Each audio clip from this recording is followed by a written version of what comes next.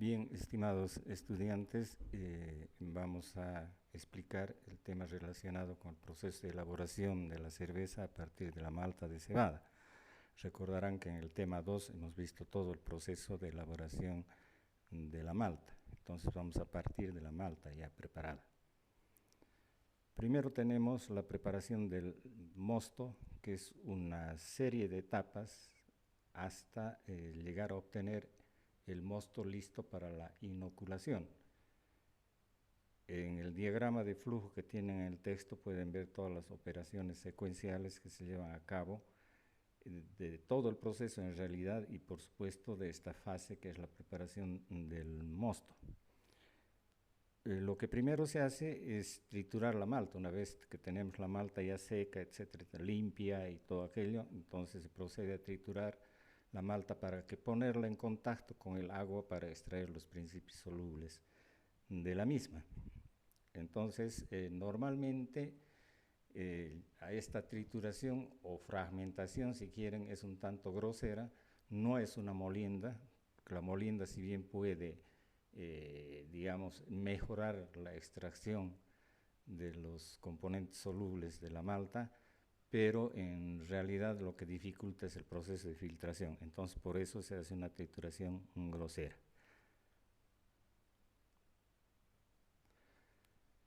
Después ya tenemos en realidad el tratamiento de la malta con el agua, la adición de agua. Más o menos una relación de referencia puede ser que por cada 100 kilos de malta triturada podamos utilizar unos 800 litros de agua.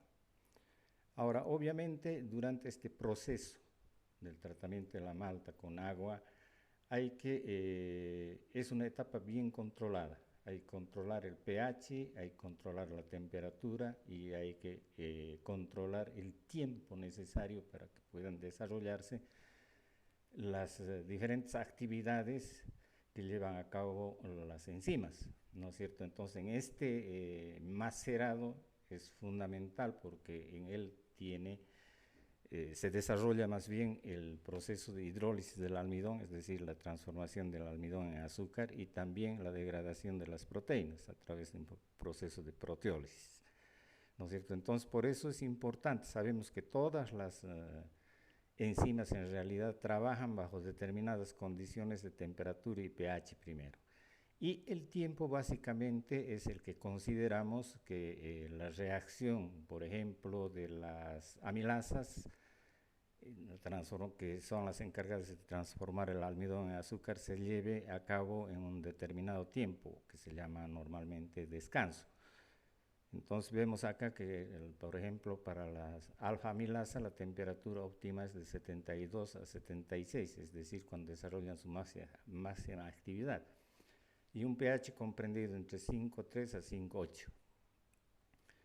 Y un tiempo de descanso que se llama, que es el tiempo, ya vuelvo a reiterar, es el tiempo necesario para que se produzca la reacción, es entre 5 y 30 minutos. ¿No es cierto? Entonces después tenemos la beta-amilasa de 60 a 65, un pH 4,6, las proteinasas que degradan las proteínas de 55 a 65 grados centígrados y un pH de 4,6.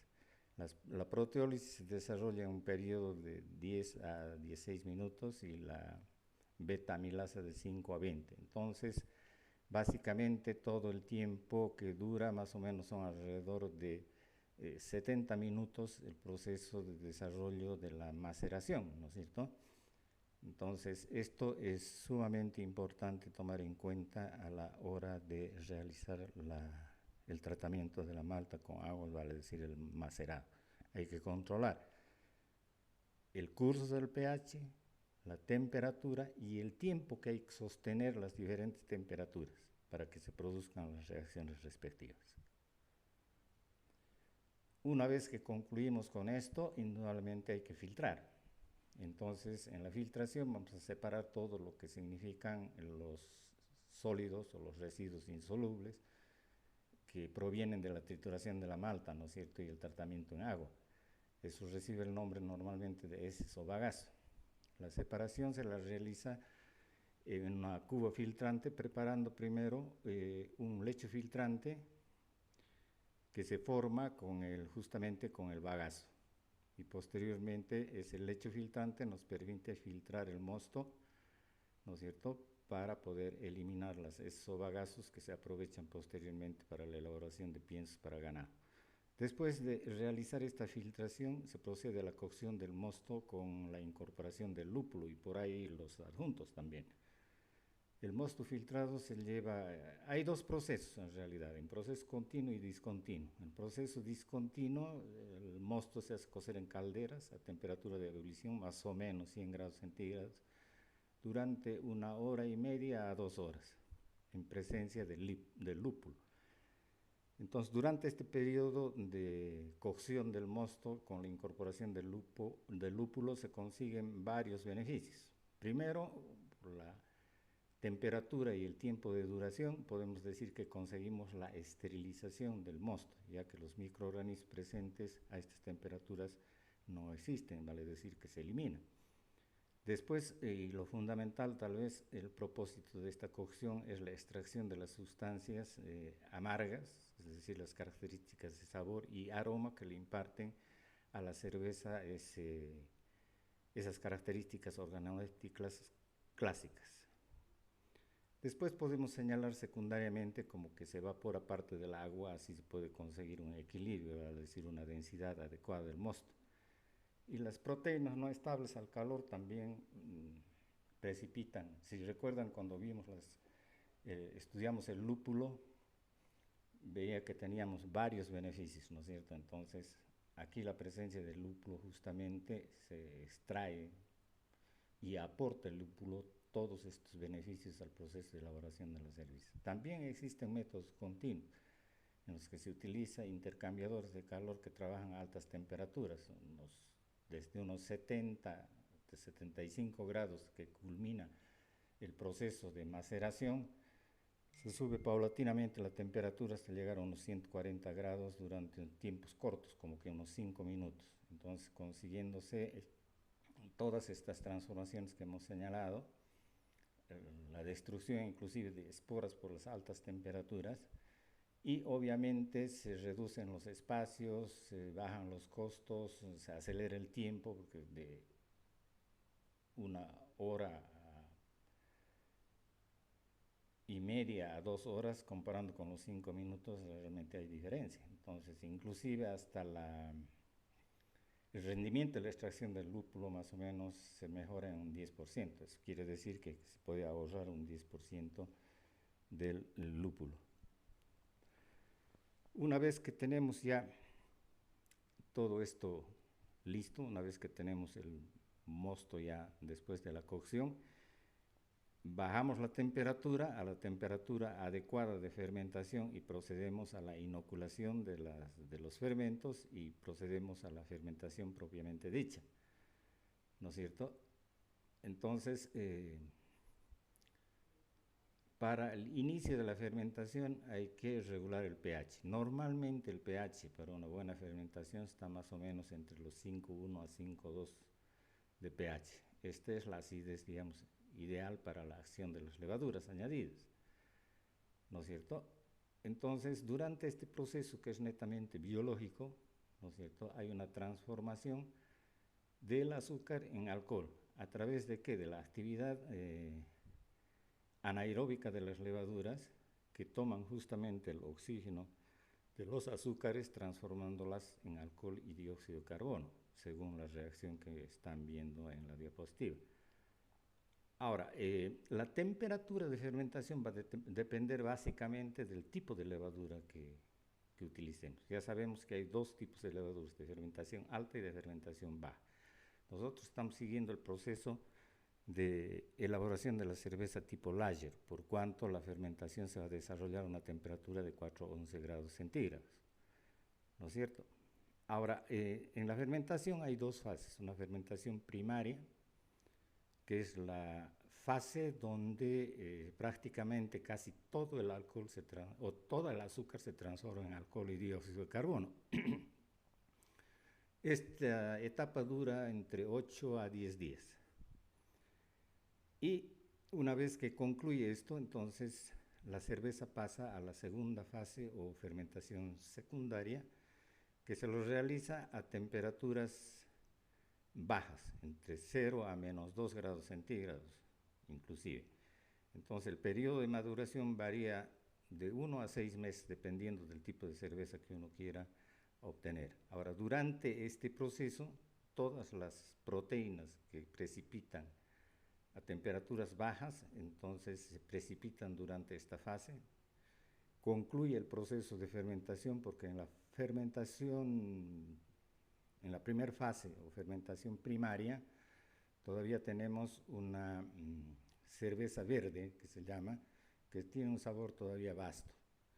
Entonces, normalmente se centrifuga esa cerveza para eliminar las levaduras muertas, porque a medida que se va agotando el oxígeno o el azúcar, si quieren, las levaduras obviamente que van muriendo, y sabemos que estas se depositan en el fondo del fermentador. Entonces centrifuga, se separan las levaduras muertas y queda todavía remanente un poco de azúcar y unas cuantas levaduras, por decirlo así. Y esta fermentación lenta que se desarrolla a bajas temperaturas es la que se llama normalmente el periodo de maduración de la cerveza. Posteriormente, ya casi concluida la fase de maduración, se procede ya a la clarificación, a las etapas de acabado, que son la clarificación, la pasteurización y el envasado de la cerveza. Ahora, inmediatamente la cerveza concluye el proceso de maduración, hay que centrifugarla para eliminar prácticamente casi todas las levaduras que aún quedaban presentes. Luego se filtra para ayudar en el proceso de clarificación o abrillantamiento, y se utilizan normalmente filtros de placas a presión o tierra de diatomeas. La cerveza filtrada, en todo este proceso, o sea, durante el proceso hay que hacer también hincapié en lo siguiente: en el proceso de maduración a baja temperatura, la cerveza se va saturando de dióxido de carbono. Entonces, todo el proceso después de la fermentación, hay que tener cuidado en que no perdamos la cantidad de dióxido de carbono para que se produzca la espuma clásica en la cerveza, ¿verdad? Entonces la cerveza filtrada pasa a un depósito regulador presurizador, que sirve para alimentar al pasteurizador. Ahora, el pasteurizador podemos usar uno de placas, si pasteurizamos, por ejemplo, la cerveza antes de envasarla, porque hay dos métodos: podemos pasteurizar o hacer el tratamiento térmico a la cerveza antes de envasar o después de envasar. Ahora, cuando lo hacemos antes de envasar, hacemos el tratamiento térmico, hay que evitar, por supuesto, la recontaminación de la cerveza. Entonces, ¿qué hacemos? Totalmente todo el sistema de envasado tiene que ser totalmente aséptico, y tenemos que trabajar o estar regulada la presión de tal manera que no se pierda el dióxido de carbono, ¿no es cierto? Ahora, normalmente el proceso que se utiliza es similar al de la leche, un proceso HTST, 72 grados centígrados durante unos 30 segundos. Entonces, lo que esencialmente necesitamos tener un alimento inocuo, es decir, que esté libre de microorganismos patógenos, ¿no es cierto?, que se hayan podido incorporar o recontaminar durante todo el proceso y que podrían, obviamente, estropear a la cerveza. Ahora, la cerveza luego de envasada también podemos hacer recién el tratamiento térmico una vez envasada. Entonces, este proceso es caro, porque normalmente se recurre a túneles de pasteurización, donde los envases van circulando a través de este túnel hasta alcanzar en un momento dado las temperaturas de pasteurización, por ejemplo, de los 72 grados durante unos 30 segundos.